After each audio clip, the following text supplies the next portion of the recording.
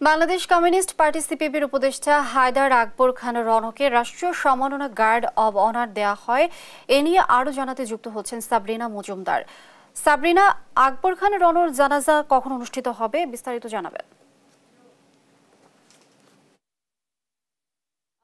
আপনি যেমনটি বলছিলেন লিনিয়া, যে হায়দার আকবর খান রনর যিনি উনার কিন্তু হচ্ছে খুব দুঃখ ভরাক্রান্তভাবে সবাই হচ্ছে উনাকে সেখানে এসে বিভিন্ন দলীয় নেতারা তারা এখানে শ্রদ্ধা জ্ঞাপন করেছেন এবং এখনো হচ্ছে বিভিন্ন বিএনপি বা বিভিন্ন ওয়ার্কার্স পার্টির যে সংগঠনের নেতাকর্মীরা আছেন তারা কিন্তু এখানে এসে আমাদেরকে হচ্ছে উনার সম্বন্ধে হচ্ছে বলছেন। এবং একটার দিকে আমরা এটা যেটি জানতে পেরেছি যে ঢাকা বিশ্ববিদ্যালয়ের যে মসজিদ আছে ওখানে হচ্ছে উনার জানাজা সম্পন্ন হবে এবং এরপর হচ্ছে বনানী কবরস্থানে হচ্ছে তাকে নিয়ে যাওয়া হবে।